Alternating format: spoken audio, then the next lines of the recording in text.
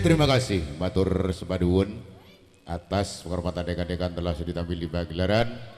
Dengan berakhirnya lalu tadi berakhir pula perjumpaan kita pada kesempatan kali ini di sesi yang pertama. Mohon maaf kepada rekan-rekan yang belum tersambut karena waktu sudah tidak mengizinkan.